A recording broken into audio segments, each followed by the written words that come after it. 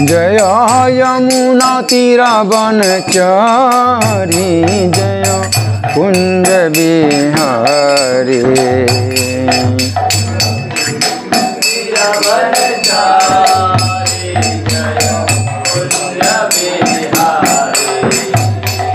जय यमुना तीरा बनचारी, जय कुंज बिहारी।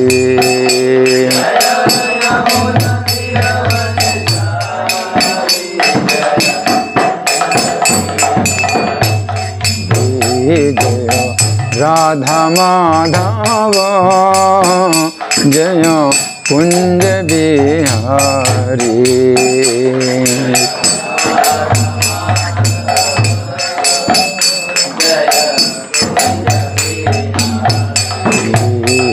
जय राधा माधव, जय कुंज बिहारी।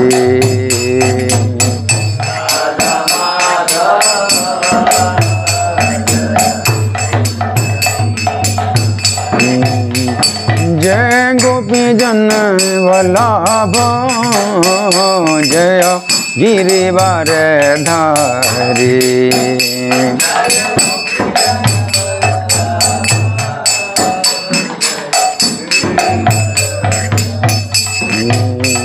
जय गोपी जन वल्लभ, जय गिरिवर धारी।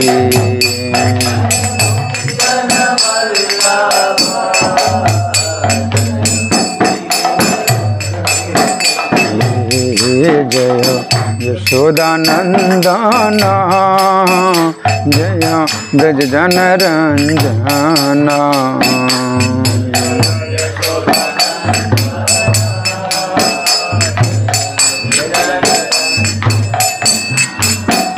जय यशोदानंदन, जय ब्रज जन रंजन। यशोदा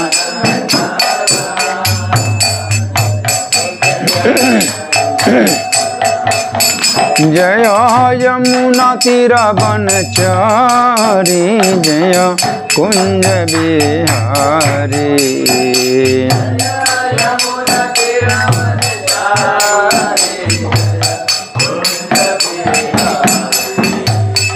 जय यमुना तीरा बनचारी, जय कुंज बिहारी।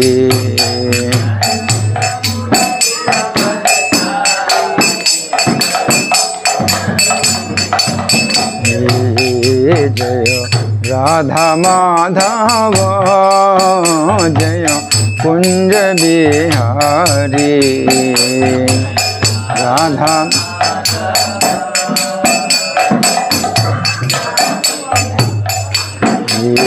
जय राधा माधव, जय कुंज बिहारी।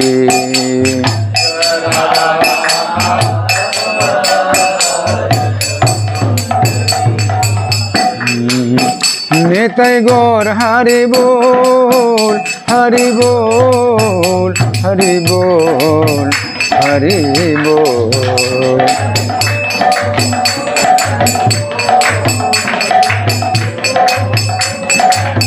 जय प्रभुपदा, प्रभुपदा, प्रभुपदा, प्रभुपदा।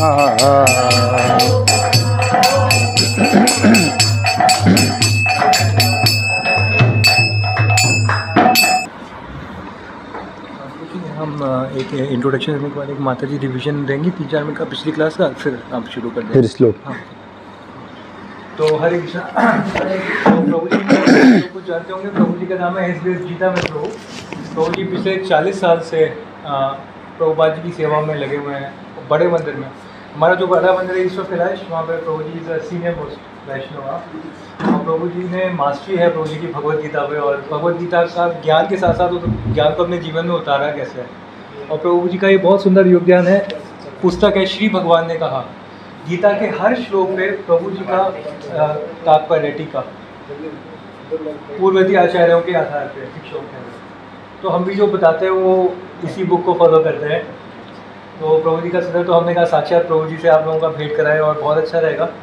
तो हम लोग प्रभु जी के मुख से सुनने से पहले नीमा माता जी रिवीजन के सामने ओके चलिए। तो प्रभु जी के लिए तो मेरे पीछे बोलिए, हाथ जोड़े। ओम नमो भगवते वासुदेवाय। ओम नमो भगवते वासुदेवाय।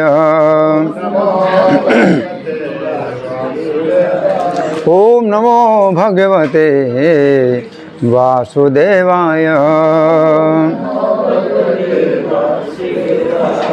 ग्रंथराज श्रीमद् भगवद गीता था रूप, अध्याय 7, अध्याय का नाम है भगवत ज्ञान और श्लोक संख्या 15 जो पहले से चल रहा है उसी को हम आज भी ले रहे हैं। तो मेरे पीछे आप पाठ करें। नमाम दुष्कृतनो मूढ़ा प्रपद्यन्ते नराधमा मायया पहृत ज्ञाना आसुरं भावमाश्रिता। नमाम दुष्कृतनो मूढ़ा प्रपद्यन्ते नराधमा मायया पहृत ज्ञाना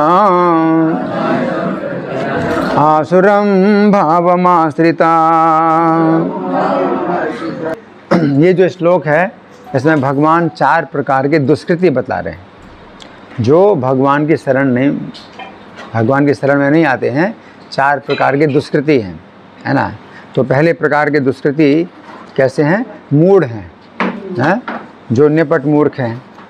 और दूसरे प्रकार के दुष्कृति हैं नराधम, मनुष्य में अधम। और तीसरे प्रकार के दुष्कृति हैं माया के द्वारा हरे हुए ज्ञान वाले। और चौथे दुष्कृति हैं आसुरी भाव के आश्रित। 4 प्रकार के दुष्कृति हैं। तो इनमें से पहले 2 प्रकार के दुष्कृति इनकी चर्चा हो चुकी है। तो तात्पर्य में हम आगे पढ़ेंगे जो पहले से पढ़ा जा चुका है उसके आगे। तो तीसरे प्रकार के दुष्कृति यहाँ प्रभुपाद तात्पर्य बताते हैं। तीसरे प्रकार की दुष्कृतियों की तीसरी श्रेणी माया पहृत ज्ञाना की है, अर्थात ऐसे व्यक्तियों की जिनका प्रकांड ज्ञान माया के प्रभाव से शून्य हो चुका है। ये अधिकांशतः बुद्धिमान व्यक्ति होते हैं, यथा महान दार्शनिक, कवि, साहित्यकार, वैज्ञानिक आदि। किंतु माया इन्हें भ्रांत कर देती है जिसके कारण ये परमेश्वर की अवज्ञा करते हैं। तो यहाँ प्रभुपाद तीसरे प्रकार के दुष्कृति बता रहे हैं। तो ये दुष्कृति जो है, जो पहले प्रकार के हैं दुष्कृति, यानी जिन्होंने पाप कर्म किए हैं पहले के दुष्कृति, तो पहले प्रकार के हैं तो कम हैं।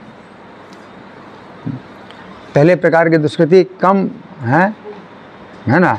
और दूसरे प्रकार के ज़्यादा हैं। दूसरे प्रकार के नराधम हैं, है ना। तो नराधम और ज़्यादा दुष्कृति हैं, है ना, ये और ज़्यादा दूर जाते हैं भगवान से। और तीसरे प्रकार के दुष्कृति है माया हृत ज्ञान। तो माया हृत ज्ञान का मतलब है उनके पास ज्ञान है कि माया ने हरण कर लिया। तो यहाँ प्रभुपाद समझा रहे हैं कि ज्ञान है उनके पास। किस प्रकार का ज्ञान है? भौतिक ज्ञान। भौतिक ज्ञान में कैसे हैं? जैसे बड़े दार्शनिक हैं, है ना। तो बड़े दार्शनिक होते हैं, चिंतक, विचारक, है ना, या कवि भी होते हैं बहुत, हाँ, कविता, साहित्यकार हैं बहुत से हैं, वैज्ञानिक हैं। तो ये सब जो है समाज के वो जो बुद्धिजीवी वर्ग हैं। लेकिन ये क्या है कि इनका ज्ञान हरण हो गया, माया के द्वारा इनका ज्ञान हरण हो गया। अब सोचिए माया के द्वारा कितना इनका ज्ञान हरण हो गया कि अगला जीवन नहीं मान रहे हैं, शरीर में आत्मा को नहीं मानते हैं, अगला जीवन नहीं मानते हैं, है ना। तो अपने इसी ज्ञान में वो जो है वो संतुष्ट हो रहे हैं, जबकि ये सब ज्ञान पदार्थ का है, भौतिक है। शरीर का ज्ञान, मान लो उन्होंने बहुत अध्ययन कर लिया, शरीर का बहुत अध्ययन कर लिया, या पत्थर का, ज़मीन का, कपड़ों का, कपड़ों की बनावट का बहुत प्रकार से अध्ययन करते हैं, है ना, लेकिन ये नहीं सोचते हैं कि शरीर छूटने के बाद क्या होगा, सब बेकार है ना, सब बेकार है। और क्या सोचते हैं कि हाँ अगला जीवन नहीं है, बस इसी जीवन में जो कुछ हम कर रहे हैं, हाँ बाकी कुछ नहीं है। तो ये माया ने उनका ज्ञान हरण कर लिया है ना। अगर थोड़ा सा भी विचार करके, अगर थोड़ा भी विचार करें, उनके पास इतनी बुद्धि है, तो माया ने उनका ज्ञान इस तरह से हरण कर लिया है कि जरा सी बात नहीं समझ पाते, जरा सी बात नहीं समझ पाते कि हम शरीर नहीं हैं। अगर थोड़ा सा विचार करें तो वे समझ सकते हैं कि शरीर बदल रहा है लेकिन मैं नहीं बदल रहा। भगवान जो है दूसरे अध्याय के 13वें श्लोक में एक बड़ा सरल तर्क देते हैं, देहिनोस्मिन् यथा देहे कौमारम यौवनम जरा, कि हमारे शरीर में अवस्था बदलती है। कौमारम बचपन की अवस्था आती है ना, और बचपन की अवस्था से यौवनम, यौवन अवस्था आती है, यौवन की अवस्था से जरा वृद्धावस्था आती है ना। लेकिन आप क्या कहते हैं, आप वही हैं। मान लीजिए माता जी आप, है ना, 20 साल पहले अपना फ़ोटो देखती हैं, तो आप क्या कहते हैं, ये मैं हूँ, ठीक है ना। 20 साल पहले का शरीर बिल्कुल अलग, बिल्कुल अलग है, और आप क्या कहते हैं, मैं यही हूँ, ठीक है ना। और 20 साल बाद भी अगर आप रहे, है ना, तो जो है हाँ, आप इस समय का जो फ़ोटो आप देखेंगे 20 साल बाद, तो आप क्या कहेंगे, मैं यही हूँ, ठीक है ना। अब वो क्या चीज़ है जो नहीं बदला है, शरीर में तो सब कुछ बदल गया, शरीर में सब कुछ बदल गया, है ना। अब 5 साल का बच्चा है, अभी मान लीजिए 20 साल का हो गया, क्या रहा शरीर में, कोई चीज़ ऐसी है जो नहीं बदली, सब कुछ बदल गया। लेकिन फिर भी आप कहते हैं मैं हूँ, वो क्या चीज़ है जो नहीं बदला, जो मैं हूँ, ठीक है ना। तो ये बिल्कुल सरल तर्क है कि आप नहीं बदल रहे हैं, जबकि शरीर पूरी तरह से बदल रहा है। तथा देहांतर प्राप्त, उसी प्रकार से दूसरा शरीर भी प्राप्त होगा, दूसरा शरीर प्राप्त होगा। धीरज तत्र न मोहयति, तो जिसके बाद थोड़ा सा भी बुद्धि हो तो इस बात को समझ सकता है कि शरीर भी अगला जीवन है, अगला जीवन है ना। तो इतना सरल जो तर्क है तो वे नहीं समझ पाते हैं, तो इसे कहते हैं माया हृत ज्ञान, है ना। तो अपने को शरीर समझ रहे हैं, है ना। तो आज की शिक्षा में जो है ये विषय बिल्कुल अलग कर दिया जाता है। प्रभुपाद ने एक विश्वविद्यालय, जहाँ विदेश में थे प्रभुपाद, किसी विश्वविद्यालय में प्रवचन देने गए, तो उस विश्वविद्यालय में तो कितने विभाग हैं ज्ञान के, बहुत विभाग हैं, है ना। उसमें इंजीनियरिंग के भी विभाग हैं, और 17-18 engineering, textile engineering, mechanical engineering, electrical engineering, कितने विभाग हैं, है ना। और फिर फिजिक्स, मैथमेटिक्स, और है ना, और दर्शन शास्त्र, हर हज़ारों विभाग हैं, ज्ञान के इतने विभाग हैं। तो प्रभुपाद ने कहा कि आपके यहाँ कोई ऐसा विभाग है, ऐसा विभाग है जिसमें अध्ययन किया जाए कि मृत शरीर और जीवित शरीर में क्या अंतर है।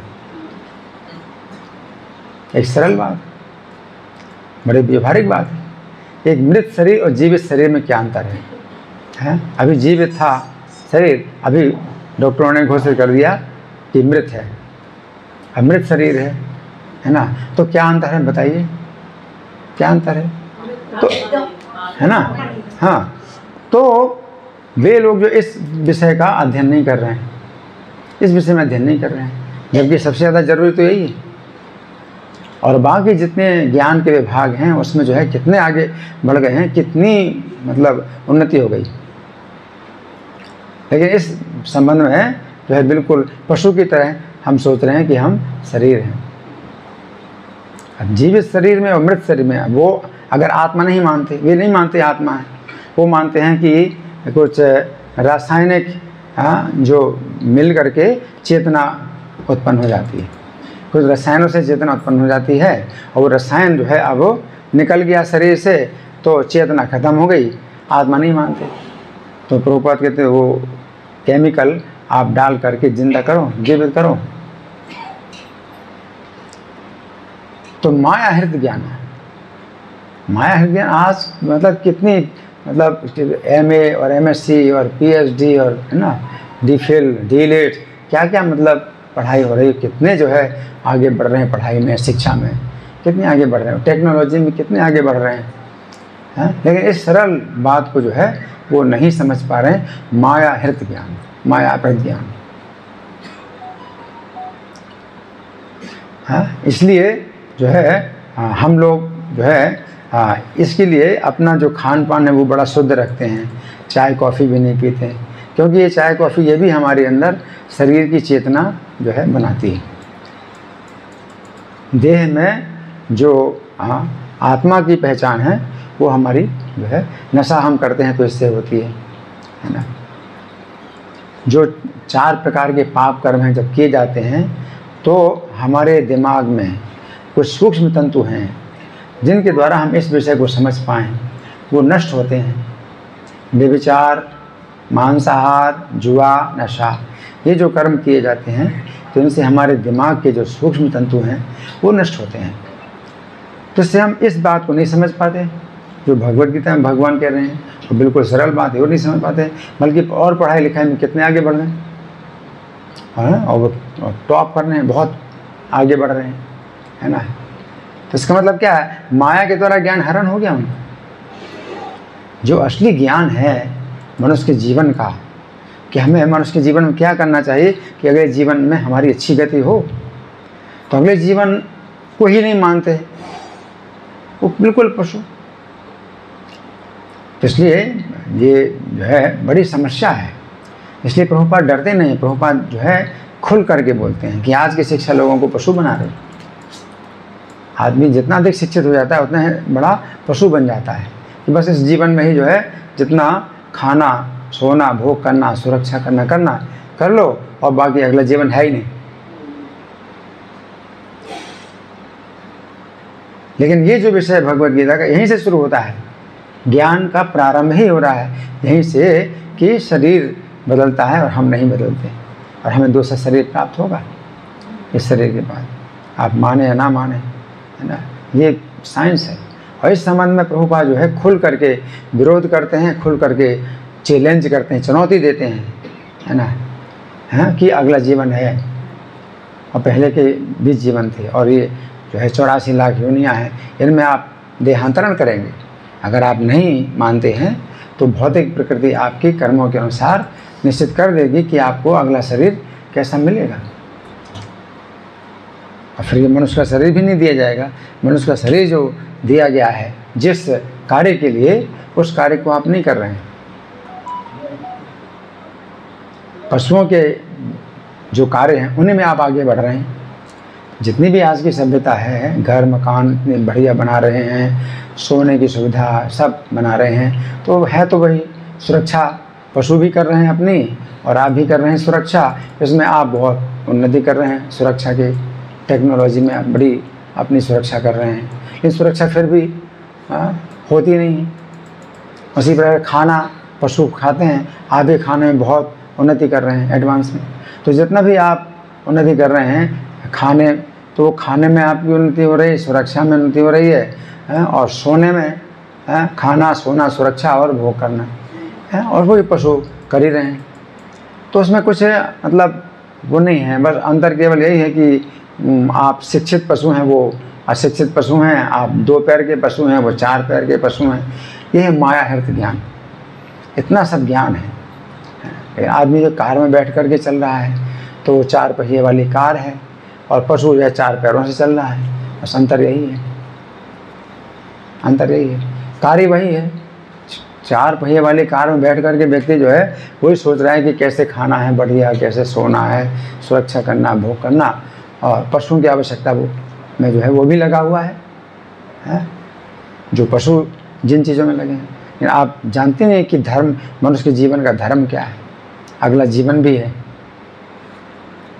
अगले जीवन के लिए हमें क्या करना है। तो भगवद गीता जो है शुरू होती है इसी बिंदु से कि हम जो है अगला जीवन प्राप्त करेंगे, अगला शरीर प्राप्त करेंगे, और हमारे जैसे कर्म हैं उनके अनुसार हमें अगला जीवन प्राप्त होगा। और आप समझिए कि अगले जीवन में कई प्रकार की गतियाँ होती हैं, दुर्गतियाँ भी होती हैं, उनकी बहुत वैरायटी है, कैसी कैसी दुर्गतियाँ होती हैं, और सदगतियाँ होती हैं, उनकी भी कोई बहुत वैरायटी, कैसी कैसी सदगतियाँ हैं। तो उसमें भी सबसे अच्छी गति क्या हो सकती है? तो भगवान कहते सबसे अच्छी गति क्या है? माम उपेत्य पुनर्जन्म दुःखालयम शाश्वतम, कि मेरे धाम में अगर कोई आ जाए तो इस भौतिक संसार में दुखों के स्थान में वापस नहीं आता। तो उसके लिए फिर हम प्रयास करें। तो ये जो जीवन है मनुष्य का, तो हमें इसलिए प्राप्त हुआ है कि हम इस जीवन का उपयोग करें और एक एक श्वास का हमें जो है लाभ उठाना है, एक एक श्वास का लाभ उठाना है। तो श्वास की संख्या निश्चित है आपकी, आपकी श्वास की संख्या निश्चित है। जितनी संख्या आपकी श्वास की निश्चित हो गई है, उसके बाद आपकी श्वास बंद हो जाएगी, है ना। इस प्रकार से आपकी जो है ना, तो फिर हर श्वास में आप जो है कुछ करिए, लाभ उठाइए, हर श्वास में आप लाभ उठाइए, है ना।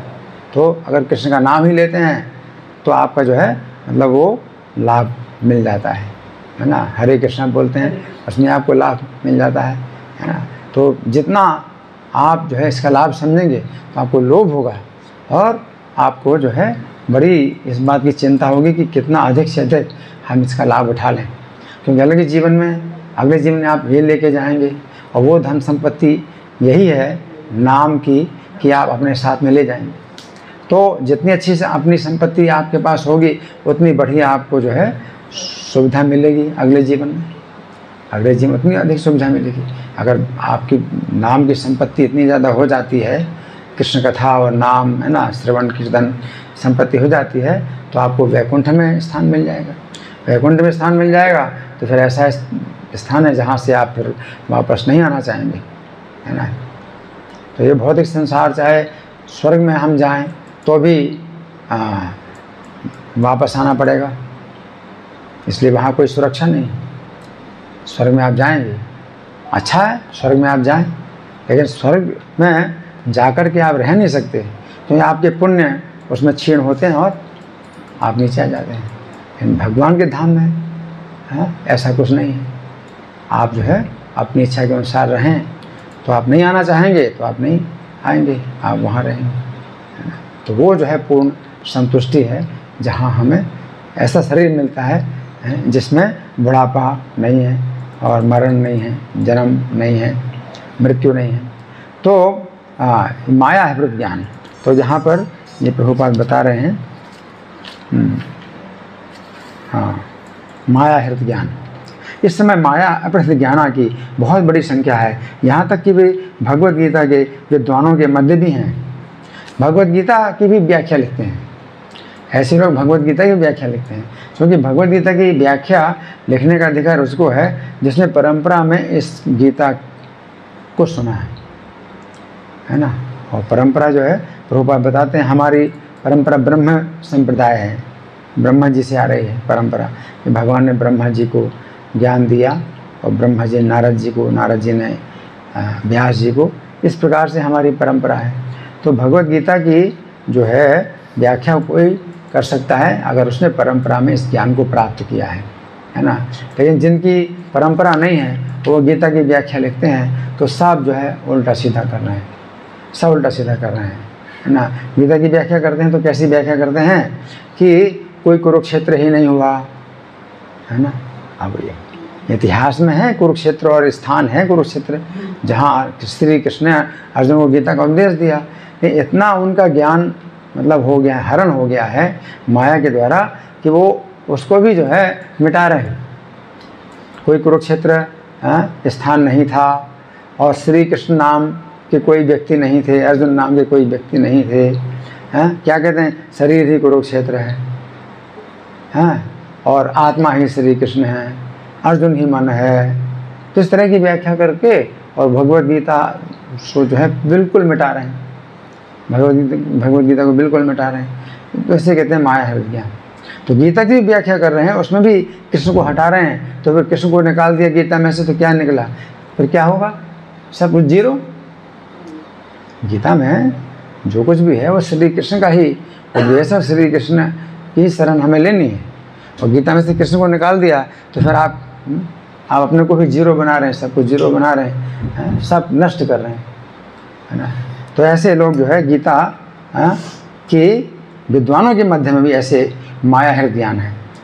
गीता में अत्यंत सीधी सरल भाषा में कहा गया है कि श्री कृष्ण ही भगवान है, ना तो कोई उनके तुल्य है ना उनसे बड़ा।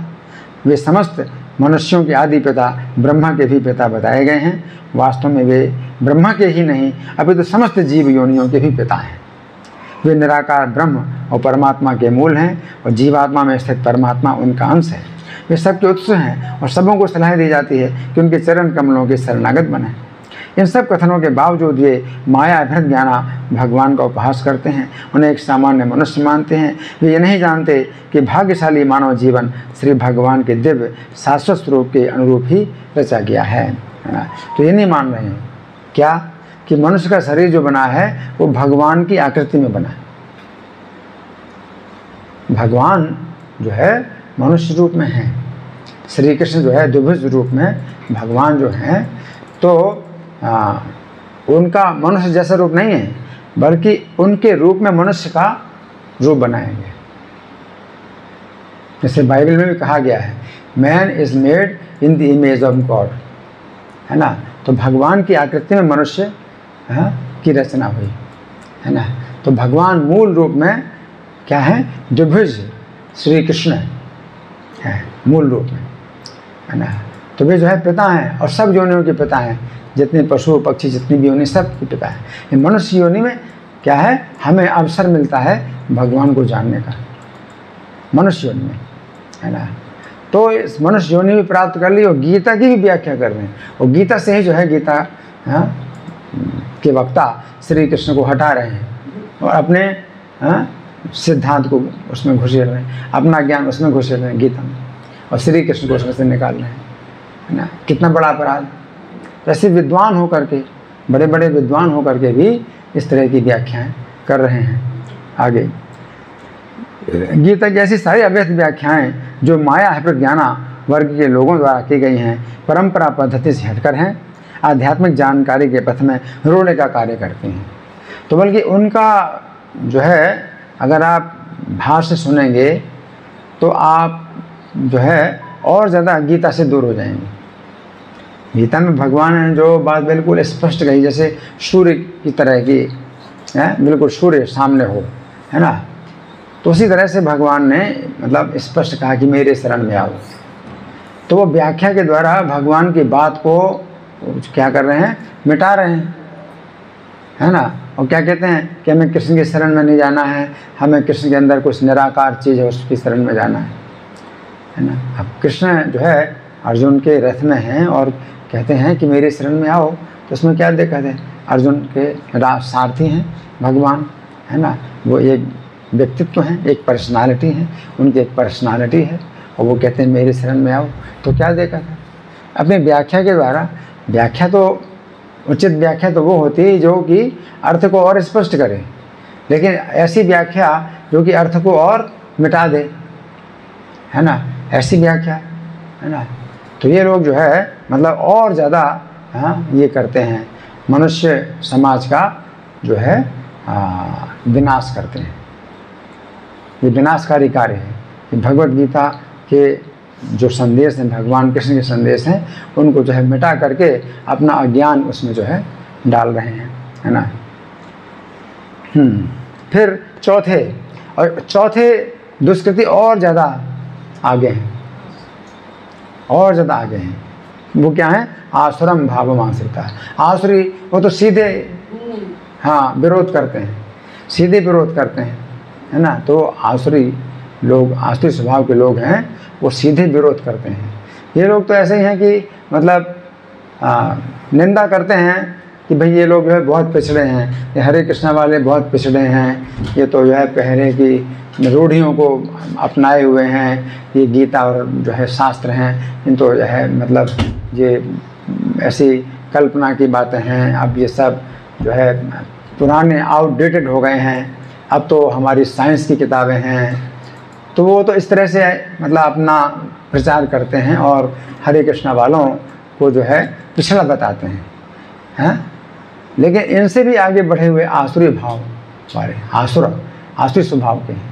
वो क्या करते हैं, तो यहाँ प्रभुपाद लिखते हैं, दुष्कृतियों की चौथी श्रेणी आसुरम भावम आश्रिता, अर्थात आसुरी सिद्धांत वालों की है। ये श्रेणी खुले रूप से नास्तिक होती है।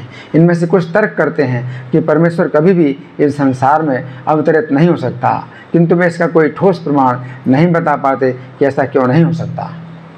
तो क्या कहते हैं कि कृष्ण अगर अपने को भगवान कहते हैं तो भगवान तो जो है मनुष्यों के समाज में आ ही नहीं सकते, भगवान तो मनुष्यों के समाज में आ नहीं सकते। उनका तर्क ये है कि भाई जैसे कोई बहुत बड़ा राजा हो तो वो जो है ऐसे जो है गंदी बस्ती में तो नहीं आएगा, वो तो अपने महल में रहेगा, अपने मंत्रियों से घिरा रहेगा, अपना वो करेगा। लेकिन ऐसी बात नहीं, अगर राजा चाहे तो आ सकता है, कहीं भी आ सकता है।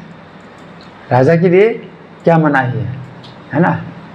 या लोग कई लोग सोचते हैं भाई जेल खाने के अंदर है तो राजा है, हैं, तो राजा थोड़ी जेल खाने के अंदर आएगा, तो भगवान क्यों आएंगे। लेकिन क्यों, राजा कभी अगर जेल खाने के अंदर आए तो क्या उसको कोई रोक सकता है, राजा की अपनी इच्छा है।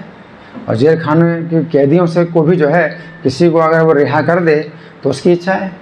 तो आप कैसे कह सकते हैं कि राजा नहीं आ सकता।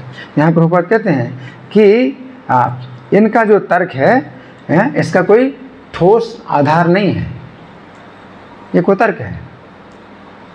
तो भगवान जो है मनुष्य समाज में क्यों नहीं आ सकते हैं, है ना।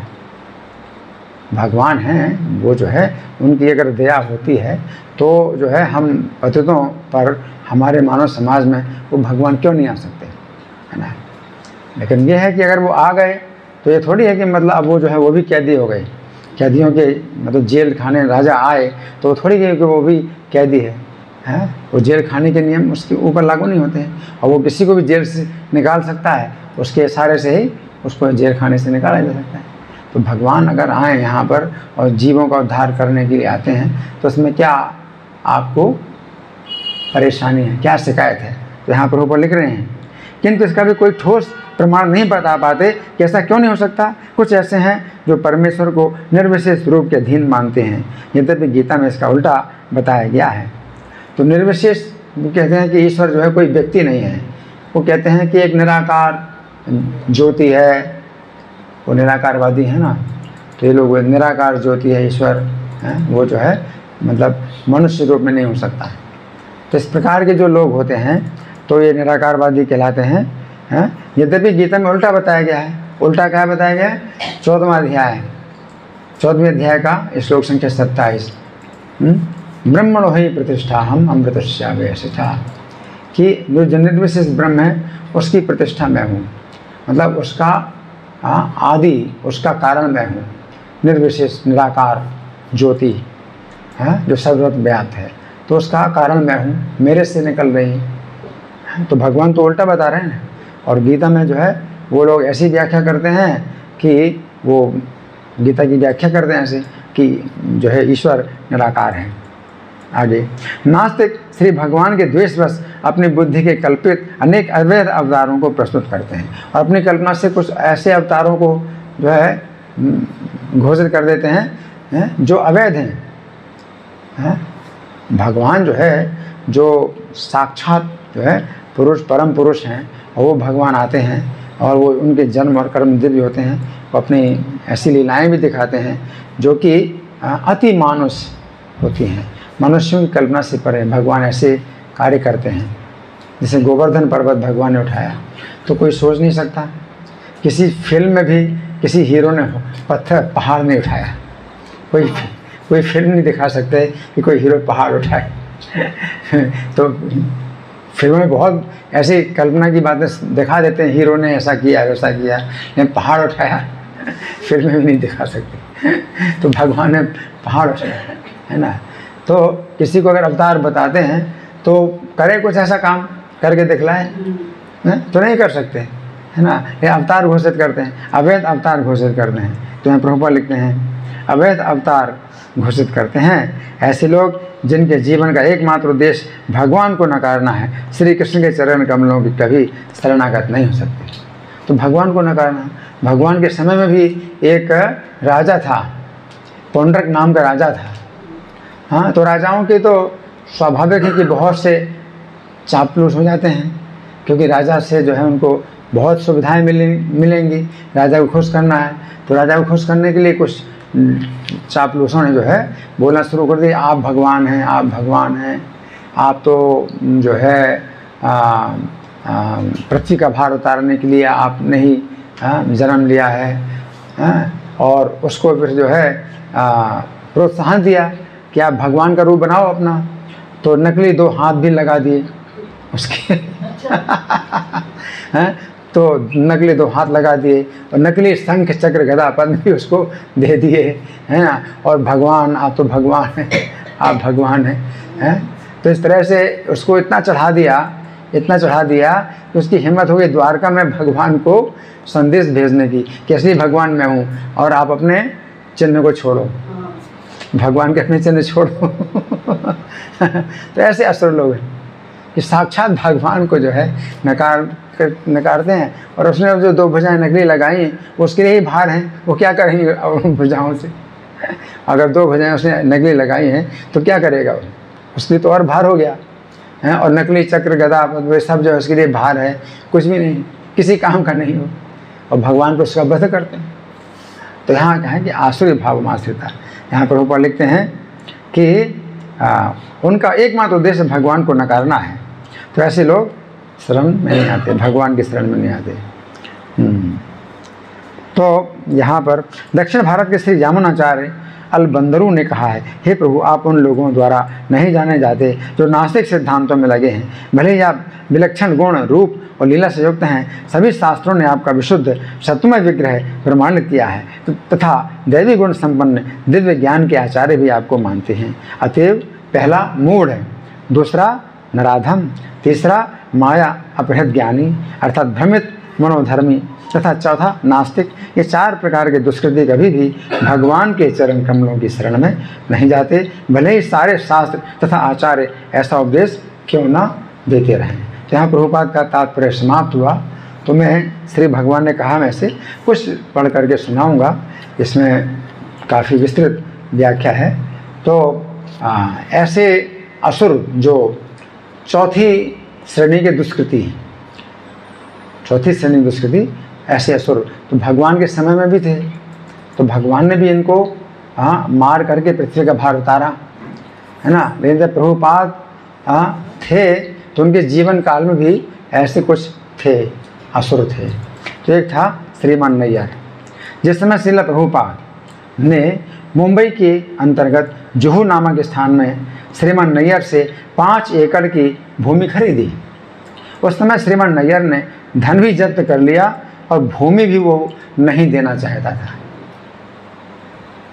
है ना। प्रभुपाद ने कहा कि ठीक है, हमारा पैसा वापस कर दो और आप अपनी ज़मीन ले लो, है। और मंदिर भी टेम्परेरी मंदिर बन गया था। तो बोला कि मैं भूमि भी वापस नहीं करूँगा और पैसे भी नहीं वापस करूँगा और अपने हाथ से मूर्तियों को हटाऊँगा। इतना मतलब उसने जो है प्रभुपाद के सामने इतना दुस्साहस किया, है ना। उस समय श्रीमान नैयर ने रात में गुंडे भेजे कि जाकर शिलान्यास की ईंटों की नींव उखाड़ दें और उस स्थान को अपवित्र कर दें, है ना। गुंडे भेजे। फिर श्रीमान नैयर ने वहाँ पर जल की आपूर्ति बंद कर दी। भक्त लोग रह रहे थे तो पानी की सप्लाई बंद करा दी। मतलब कितना, मतलब एक असुर जो है विरोधी होता है। पैसे भी ले लिए उसने, है ना, और अब जो है इस तरह से कर रहा है। जल की सप्लाई बंद कर दी। फिर उसने भूमि के प्रवेश द्वार पर एक गुंडा खड़ा कर दिया जो भक्तों के आते जाते अपना लट्ठे दिखाता था।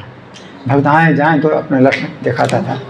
श्रीमान नैयर ने प्रभुपाद से ये शब्द बोले, मैं तुम्हारा धन नहीं लौटाऊंगा और मंदिर को तोड़कर अपने हाथों से मूर्तियों को हटाऊंगा। देखो, मंदिर को तोड़कर अपने हाथों से मूर्तियों को हटाऊंगा। श्रीमान नैयर ने जिस दिन प्रभुपाद से ये बात कही, उसी सप्ताह के अंदर उससे दिल का भीषण दौरा पड़ा और 2 सप्ताह के बाद वो मर गया। हरि बोल। तो प्रभुपाद ने भी प्रार्थना की, प्रभुपाद ने नरसिंह भगवान से प्रार्थना की, है ना, कि इसका जो जीवन लीला इसके समाप्त कर दीजिए, है ना। तो उसने कहा था कि मैं मूर्तियों को मतलब अपनी ज़मीन से बाहर निकालूंगा, है ना। तो फिर अगले ही दिन जो है क्या हुआ, उसकी लाश जो है बाहर निकाली गई वहाँ से। भगवान की मूर्तियों को जो है वो तोड़ने के लिए जो है नगर पालिका को भी उसने पैसे दे दिए थे, लेकिन फिर कहीं से किसी प्रकार से वो वहाँ के जो शिव सेना के जो थे कर्मचारी थे, वो जहाँ के वो नायक थे, तो उनको खबर मिल गई। तो सब भगवान की योजना थी। तो उसी समय जो है उन्होंने उस नगर पालिका के अध्यक्ष को फ़ोन कर दिया और ये कहा कि अगर मंदिर तोड़ा गया तो समझ लो कि तुमको और तुम्हारे परिवार को धूल में मिला देंगे। ऐसा उन्होंने तुरंत जो है रुकवाओ, मंदिर तोड़ने का कार्य तुरंत रुकवाओ। तो मंदिर तोड़ रहे थे और मूर्तियों को जो है समय वो तोड़ने जा रहे थे, उसी समय आ गया उनके पास पत्र है कि बिल्कुल काम रोक दो। और फिर रातों रातों मंदिर बनाया। फिर कोर्ट में जो है फिर जो केस चला गया, और जब कोर्ट में जब केस चला तो उसमें काफ़ी टाइम लग गया था। और मंदिर बनाया तो 50 आदमी और आए थे उस मंदिर को तोड़ने के लिए। तो उस समय प्रभुपाद के पक्ष में वो थे, उनका क्या नाम है, सेठी है ना, तो सेठी जी थे बम्बई के। तो उन्होंने जो है फिर अपना बड़ा साहस दिखलाया, वो अकेले खड़े हो गए। वो 50 गुंडे आए थे, बोले हम 50 हैं, तो बोले हमारे पास में 50 गोलियां हैं, आ जाओ। अपनी जो है उन्होंने पिस्तौल देखा, आ जाओ हमारे पास 50 गोलियां हैं, आ जाओ। तब वो चले गए और मंदिर रातों रातों बनाया। फिर कोर्ट में जब आया फैसला, जज ने फैसला किया, मंदिर बन गया सो बन गया, अब नहीं उसको कुछ किया जा सकता। हरि बोल। तो इस प्रकार से जो है ये सब है। हिरण्यकशिपु जैसे प्रहलाद को मार डालने के लिए तैयार हो गया, आसुरी स्वभाव के लोग।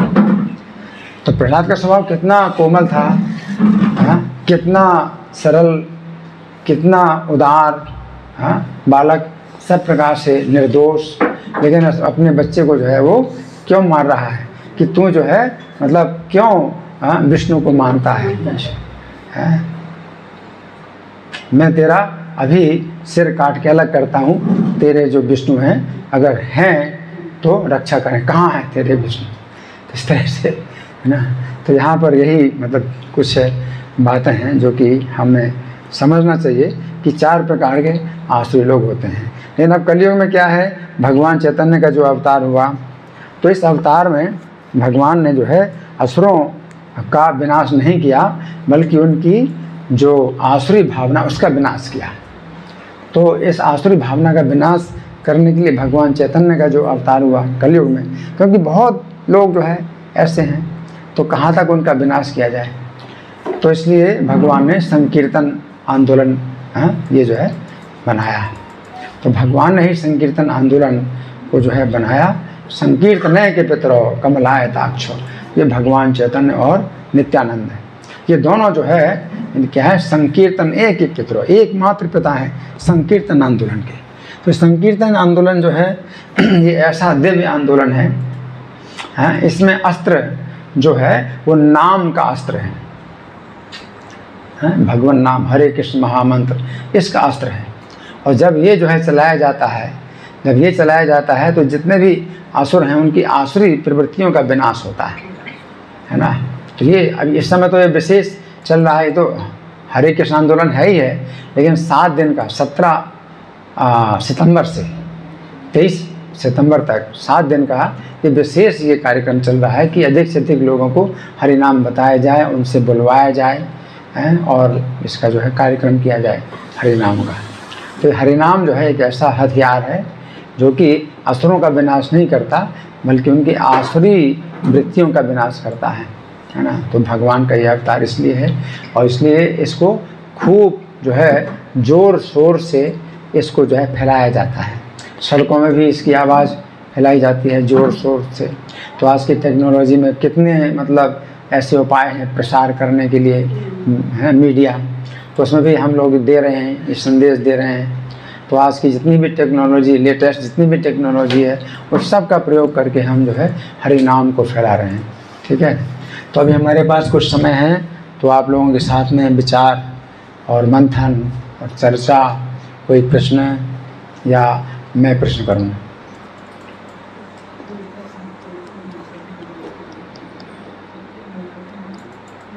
देखिए, आप लोगों में से कितने लोग माला पर जप करते हैं? हाथ उठाइए।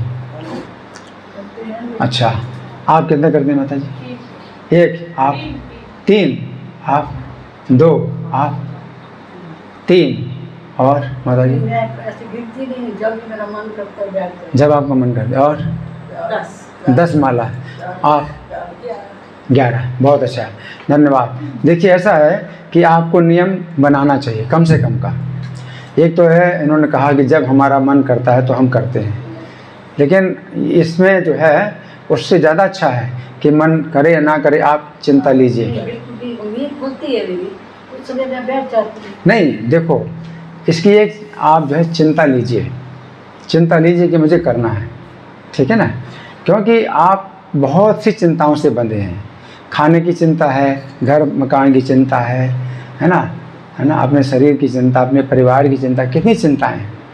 तो इसकी भी चिंता आपको लेना चाहिए कि आपको कम से कम का ये पूरा करना है, क्योंकि कई कारण ऐसे हो सकते हैं आपके, मान लो अभी नहीं है, आगे चल के हो जाएंगे कि शरीर में कोई बाधा हो जाए, तो फिर जो है आपका मन नहीं करेगा। अब मन नहीं करेगा तो भी आपको करना है। आप मन से ऊपर उठिए, आप मन से ऊपर उठिए। अगर आपका मन नहीं करता खाने के लिए तो आपको चिंता हो जाती है कि मन नहीं कर रहा है, तो आपको चिंता हो जाती है कि मन नहीं कर रहा है और मुझे खाना है, क्या आवश्यकता है। उसी प्रकार से आपका मन ना करे, कभी आपका मन ना करे तो आपको चिंता होनी चाहिए, मन नहीं कर रहा है और आपको करना है। और मन नहीं करता तो भी आप खाते हैं ना। हाँ जी, आपको कुछ कहना। तो ये जो है धर्म मनुष्यों में जो है एक विशेष है, जैसे खाने की चिंता, सोने की चिंता। आपको नींद नहीं आती तो आपको चिंता होती कि नींद नहीं आ रही, मुझे सोना है ना। ऐसे नहीं जब मन करे तो सो जाए, नहीं। अगर आपको नींद नहीं आती तो आपको चिंता हो जाती है ना। तो खाने की चिंता है, आपको सोने की चिंता है। उसी प्रकार से जो है अपनी सुरक्षा की चिंता है। कितनी चिंता है सुरक्षा की, है ना। तो ये सब जो चिंताएं हैं आपकी, तो उनमें से एक चिंता धर्म की भी है। धर्मो एको नराणाम विशेषो, मनुष्यों में धर्म जो है एक है विशेष, जो कि 4 आवश्यकताओं में एक 5वीं आवश्यकता मनुष्यों की है, और पशुओं में 4 है। 4 आवश्यकताएं मनुष्यों की, पशुओं की सामान्य हैं। खाना, सोना, भोग करना, सुरक्षा करना, ये मनुष्यों पशुओं में सामान्य है ना। और धर्म ही एक मनुष्यों की विशेषता है, और धर्म नहीं है तो पशु के समान, ठीक है ना। तो आपको जो है नियम बनाना, कम से कम इतना करना ही है। ये बहुत आवश्यक है कि आप जो है ये आप चिंता लीजिए। हाँ जी, हाँ बोलिए। बोला था कि जैसे आप अगर स्वर्ग में जाते हैं तो वहाँ से जब आपका वो होता है वापस धरती पे आ सकते हैं, और अगर आप भगवान के धाम जाएं तो आपकी इच्छा है, तो वहाँ जाके भी आपकी चेतना इतनी होती है कि आप वापस आने की इच्छा करते नहीं, तो मतलब वहाँ से तो वापसी नहीं, वापस आप नहीं आएंगे।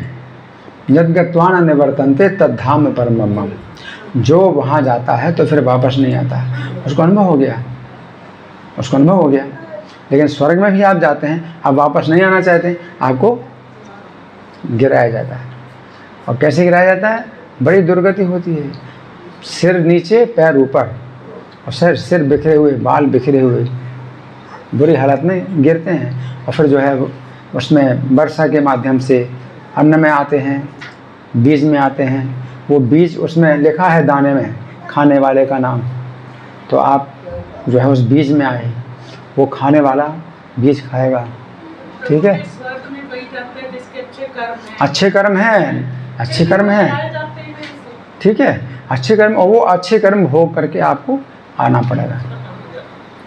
क्षीणे पुण्य मर्त्य लोकम विशन्ति, अच्छे कर्म करके मनुष्य स्वर्ग में जाएंगे, और पुण्य क्षीण होने से आप वापस आएंगे। लेकिन जो वैकुंठ है, वैकुंठ में क्या है माता जी? सुनो, वैकुंठ में क्या है? अच्छे और बुरे सब कर्म जो है हमारे खत्म है। अच्छे कर्म भी खत्म, बुरे कर्म भी खत्म। क्यों? अच्छा है कि अच्छे कर्म भी खत्म हो, बुरे कर्म भी खत्म हो, ठीक है ना अच्छे कर्म ना बुरे कर्म, कृष्ण की भक्ति, कृष्ण की भक्ति, ठीक है, कृष्ण की भक्ति, कृष्ण की सेवा, है ना। अर्जुन को भगवान कहते हैं युद्ध करो, अब आप कहेंगे युद्ध करो, अपने कुटुंबियों का वध करो, लेकिन भगवान की आज्ञा, तो भगवान की आज्ञा में जो भी अच्छा हो बुरा हो वो सब जो है दिव्य है, उस भगवान को समर्पण करें। इसलिए जो दुनिया की नज़रों में गलत भी है तो भी आप अगर कर रहे हैं भगवान की आज्ञा से तो वो आप जो है भगवान को प्रसन्न कर रहे हैं। तो भगवान की मतलब उस प्रसन्नता में दुनिया की नज़रों में अच्छा क्या है बुरा क्या है वो नहीं देखा जाता भगवान। और भगवान जो करते हैं सबके लिए कल्याणकारी होता है, चाहे वो लगे नहीं लगता। और वो पृथ्वी का भार उतारना है। भगवान अर्जुन को आदेश देते हैं वध करो, चाहे कुटुंबी हो तो भी वध करो। तो भगवान का जो आदेश है वो सबके लिए कल्याणकारी है। हो सकता है कि कुछ लोगों को बुरा लगे और इस समय के लिए बुरा लगे, है ना, वो अलग बात है।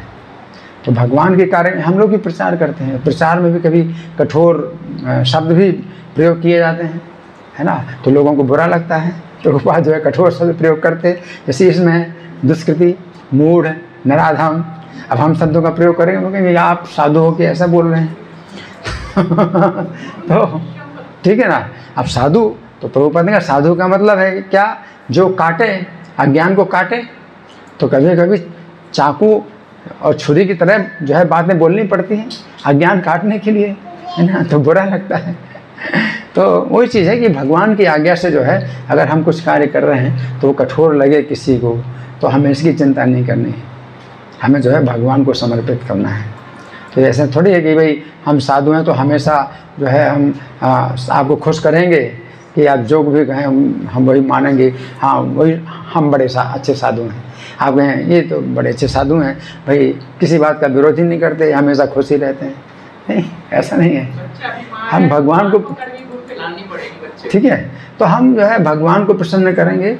तो प्रभुपाद ने अमेरिका में जाकर के सबको कहा कुत्ते और बिल्लियों का समाज है तुम लोगों का, है ना। प्रभुपाद ने बड़े कठोर शब्द में बोला है, क्योंकि भगवान का संदेश लेकर के गए थे। वहाँ लंदन में जा कर के उन्होंने कहा आपको कैसा लगा लंदन। प्रभुपाद ने कहा लंदन तो नरक है तो क्योंकि वैकुंठ से आए हैं, जो भगवान वैकुंठ से आए जिनकी दृष्टि वैकुंठ तक जा रही है तो उनके लिए लंदन क्या है, नरक ही है ना। बल्कि वो स्थान जो है वैकुंठ है जहाँ भगवान का नाम लिया जाता है और कीर्तन होता है, वो वैकुंठ है ना।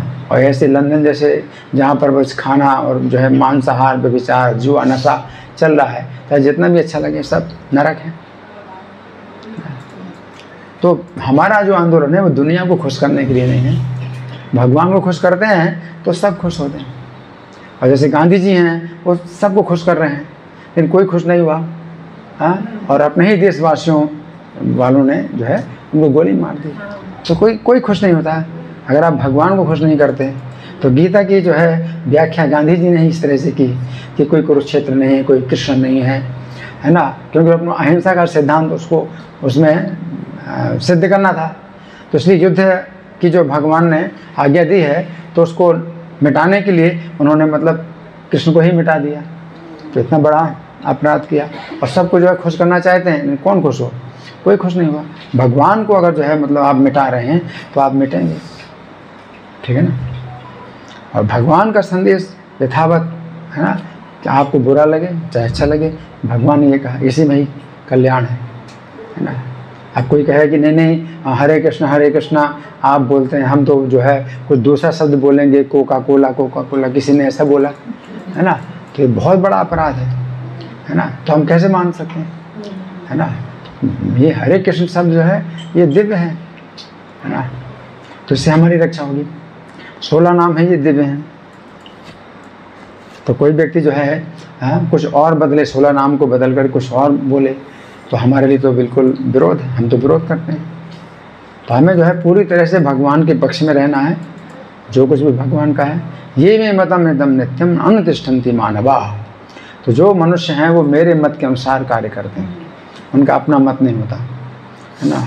लेकिन आजकल लोग क्या करते हैं, यत मत तत्पथ, जो तुम्हारा मत है वही पथ है, वही रास्ता है तुम्हारा, अपने अपने मत के अनुसार आप रास्ता बनाओ। तो ऐसे भी जो है साधुओं के नाम पर ऐसे लोग भी जो है मिलते हैं जो कहते हैं आपका जो मत है वही पथ है आपका, वही उसी में चलो। इस तरह से लोग नरक में जा रहे हैं अपने अपने मत, है ना। तो हमारा मत तो जो है जहर है, भगवान का मत अमृत है।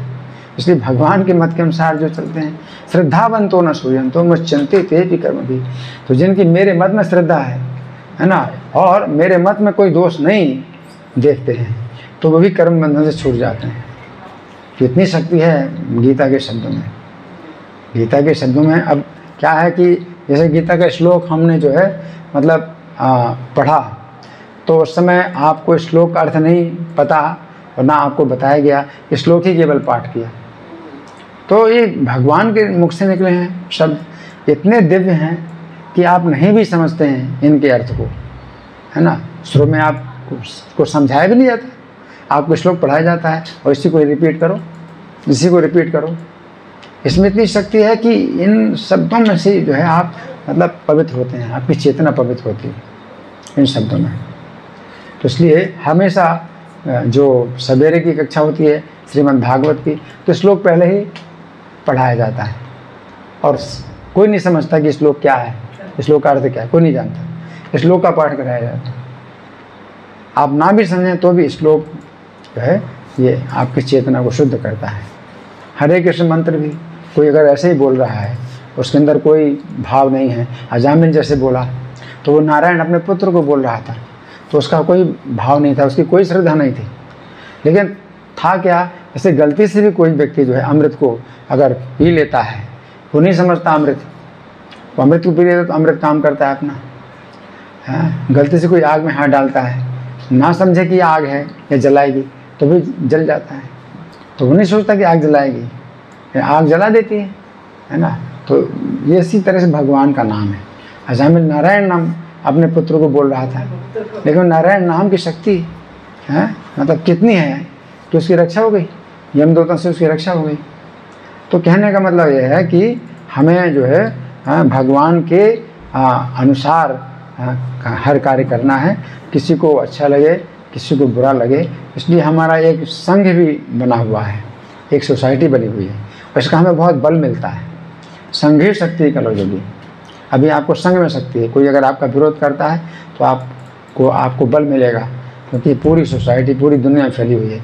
यहाँ जो है मतलब ये कहा जाता है इस्कॉन सोसाइटी वाले जो है ऐसा बोलते हैं, तो आपको बल मिलता है ना। तो अभी आपके पास बहुत बल है, क्योंकि इस्कॉन का भी बहुत मतलब प्रभाव है। और आप कहते हैं भाई इस्कॉन के जो आचार्य हैं वो ऐसा बोल रहे हैं, तो इसके लिए आपके पास जो है वो शक्ति है कि आप फोर्स कर सकते हैं भाई इसको मानो, ये बात ऐसी है। अमेरिकी सरकार ने केवल इसी बात पर इस्कॉन को मतलब मान्यता दी, तो वो तो ज़्यादा नहीं समझ पाए ना कि इस्कॉन का क्या उद्देश्य है और जन्म मरण किसे छूटना, वो तो इतने मतलब उस धरातल पर नहीं है समझ। उन्होंने तो इतना ही देखा कि इस्कॉन में जो आए तो लोग नशा छोड़ दिया, तो अमेरिकी सरकार ने नशा छुड़ाने के लिए करोड़ों डॉलर खर्चा किए, नशा नहीं छुड़ा पाए, है ना। और इस्कॉन में जो है जो भी आए उनका नशा छूट गया, तो इस्कॉन का इसी में जो है उन्होंने मान्यता दी कि भाई ये सोसाइटी बहुत अच्छी है, तो इसमें नशा छूट जाता है। लेकिन नशा छूटना तो बहुत छोटी सी बात है, नशा छूटना तो छोटी सी बात है, उसको इन्होंने बहुत बड़ा माना, क्योंकि और बड़ी बात को जानते नहीं कि और इससे भी बड़ा लाभ हो सकता है। बड़ा लाभ तो क्या है, कृष्ण प्रेम प्राप्त करना, तो बहुत चीज़ें वो तो जानते ही नहीं। तो छोटी सी बात को उन्होंने मतलब सोच करके अमेरिकी सरकार ने मान्यता दी, भाई ये जो है मतलब अच्छी संस्था है, नशा छुड़ा देती तो किसी भी कारण से कम मतलब इसका सम्मान कोई करे तो बड़ी बात है।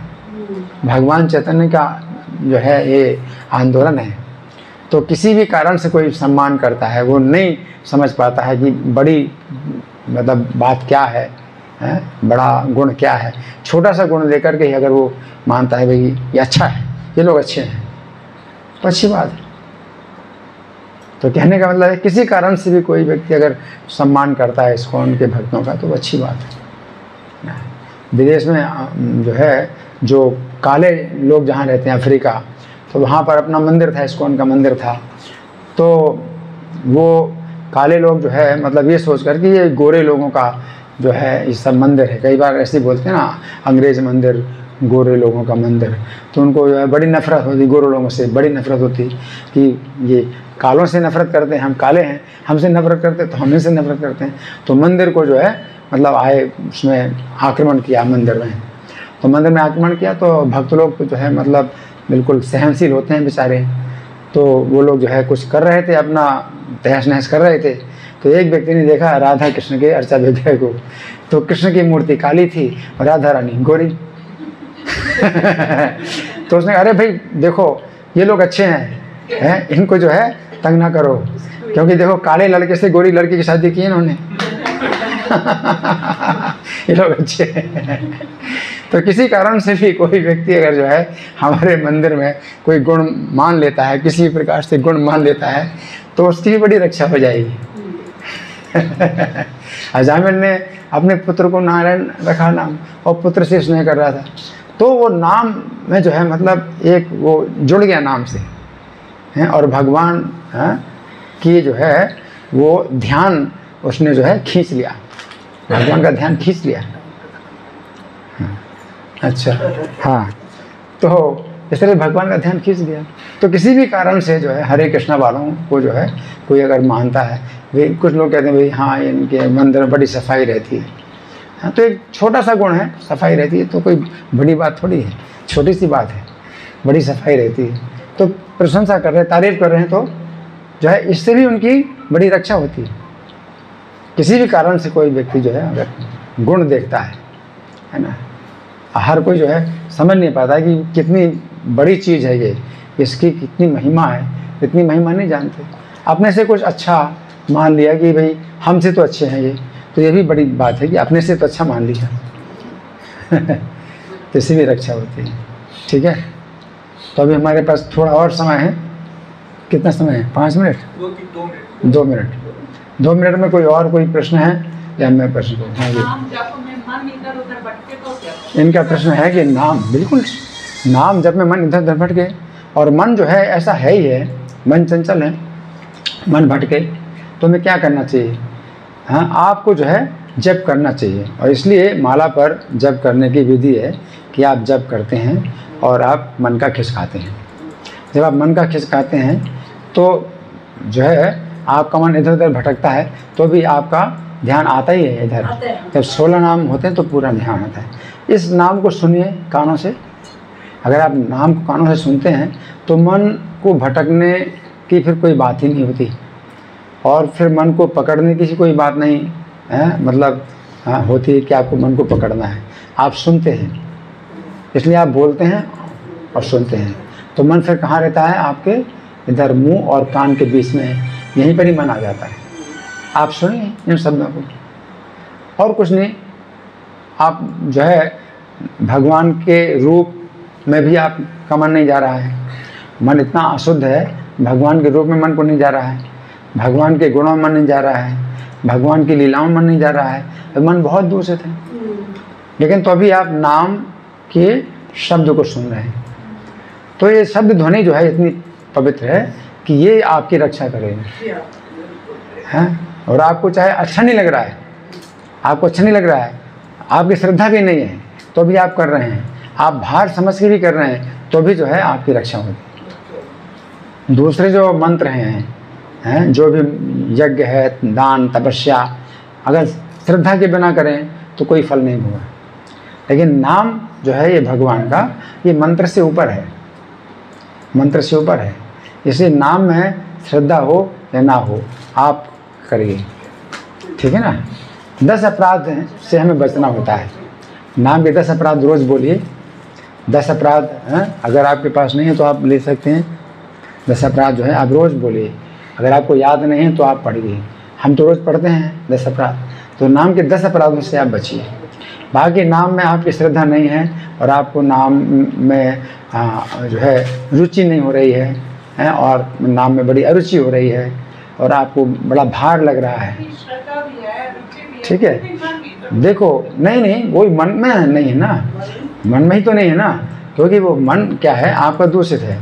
और ये उसी प्रकार से है जैसे कि पीलिया का रोगी को जब गन्ने का जूस पिलाया जाता है तो उसको कड़वा लगता है, तो मन को कड़वा, ये पीलिया के मरीज को कड़वा लगता है ना। अब कड़वा तो नहीं है वो गन्ने का जूस, लेकिन उसको पिलाया जाता है कि पियो, ये दवाई है। दवाई कड़वी लगती तो भी आपको लेनी पड़ती है। तो उसी प्रकार से आप जो है किंत्वादराद अनुदिनम खलुतैव जुष्टा, आदर पूर्वक जो है इसको आप ग्रहण करो कि आपकी दवाई है ना। स्वाद्वीक्रमात् भवति तद्गद मूल्य हंत्री, तो फिर ये जो है गन्ने का जूस आप पीते रहेंगे तो पीलिया की बीमारी ठीक करेगा और फिर ये मीठा भी लगेगा। तो उसी प्रकार से जो नाम है, आपको अगर कड़वा लग रहा है, आपको प्रिय नहीं लग रहा, अप्रिय लग रहा, अरुचि हो रही है, तो भी आप नाम लेते रहिए, तो ये आपकी अविद्या की बीमारी को दूर करेगा। तो फिर ये इसमें जो है स्वाद आएगा, ठीक है ना, तो इसमें रस आएगा।